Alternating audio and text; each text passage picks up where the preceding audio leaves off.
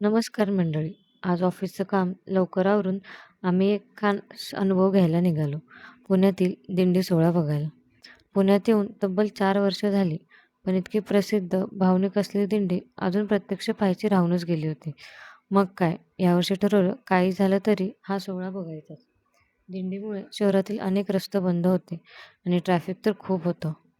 आम्ही येऊन पोहोचलो एफ.सी. रोडच्या ज्ञानेश्वर पादुका चौकात.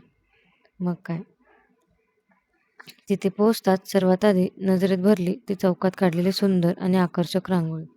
खरंच संपूर्ण चौक सणासारखा सजला होता. पण आता एक प्रश्न होता, इतक्या गर्दीतून व्हिडिओ कसा शूट करायचा? तेव्हा तिथल्याच एका घराच्या गॅलरीतून शूट करण्याची संधी मिळाली. त्या घरमालकांनी आमचं खूप प्रेमाने स्वागत केलं आणि गॅलरीत जागाही दिली. जेव्हा त्यांना कळलं की आम्ही आमच्या यूट्यूब चॅनलसाठी हे सगळं शूट करतोय, तेव्हा त्यांना खरंच खूप आनंद झाला. बघता बघता सर्वात आधी मुक्ताईंची पालखी चौकात आली.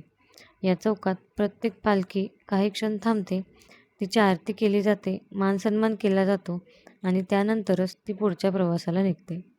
तो आरतीचा क्षण म्हणजे अंगावर अक्षरशः शहारे आणणारा होता. आणि आणखी एक गोष्ट मनाला खूप भावली. रस्त्याच्या दोन्ही बाजूंना अनेक लोक वारकऱ्यांसाठी पाणी, लाडू, केळी, बिस्किट, चिप्स आणि इतर खाऊचं वाटप करत होते. कारण प्रत्येकालाच दिंडीत चालणं सहभागी होणं होत नाही. पण जे चालत आहेत त्यांच्या सेवेत थोडासा हातभार लावता आला तरी त्यातही एक वेगळंच समाधान असतं. हीच तर आपल्या महाराष्ट्राची संस्कृती आहे, भक्ती आणि सेवा दोन्ही एकत्र.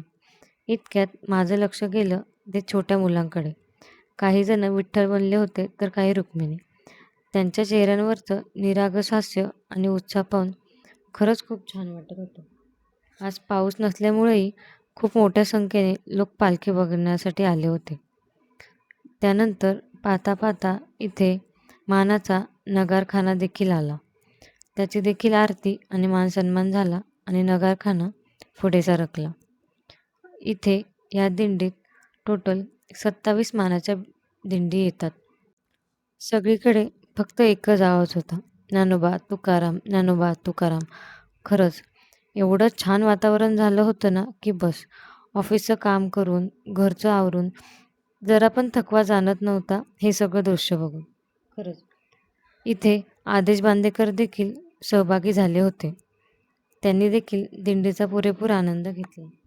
आणि मग काय, ज्ञानोबा तुकोबा, ज्ञानोबा तुकोबांच्या जयघोषात एकामागून एक दिंड्या येत होत्या.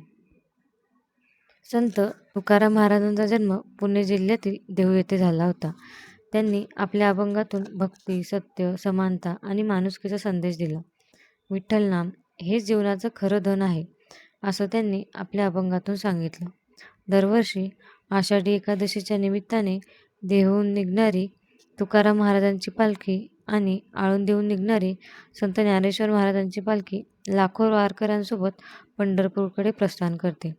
हा प्रवास साधारण 18 ते 20 दिवसांचा असतो आणि शेकडो किलोमीटरचा हा संपूर्ण प्रवास वारकरी पायी पूर्ण करतात. या वारीत जात, धर्म, श्रीमंत, गरीब, लहान, मोठा असा कुठलाही भेदभाव नसतो. प्रत्येकजण एकाच विठ्ठलाच्या नामात रंगलेला असतो. इथे प्रत्येकजण एकमेकांना माऊली नावानेच हाक मारतो आणि प्रत्येकजण एकमेकांच्या पाया पडतात. त्यामुळे इथे कोणी लहान, कोणी मोठा असं नाही. इथे बघा, छोटेसे वाळू मामा आणि विठ्ठल देखील मस्त दिंडीचा आनंद घेत होते. त्यानंतर गवरशेठ महाराज, लिंगायतांची आणि मग ज्ञानोबा तुकोबाच्या जयघोषात संत तुकाराम महाराजांची पालखी चौकात दाखल झाली. आरती सुरू झाली आणि संपूर्ण वातावरणात एक वेगळीच ऊर्जा निर्माण झाली. तो क्षण शब्दात सांगणं खरंच खूप कठीण आहे. मन अगदी शांत झाल्यासारखं वाटलं आणि लोकांची तर गर्दी तुम्ही बघतच आहात. एवढ्या गर्दीत पण प्रत्येकजण जिथून दर्शन घेता येईल तिथून घेण्याचा प्रयत्न करत होता. कोणी डोळ्यांनी तर कोणी मोबाईलमध्ये हे दृश्य साठवण्याचा प्रयत्न करत होते. खरंच हा अनुभव अविस्मरणीय आहे. इथे पालखी 2 ते 3 मिनिट थांबली, आरती, मानसन्मान झाला आणि हळूहळू पुढे सरकली. ही होती मानाच्या पालखीतली एक मेन पालखी, जी थेट देहूहून आली होती.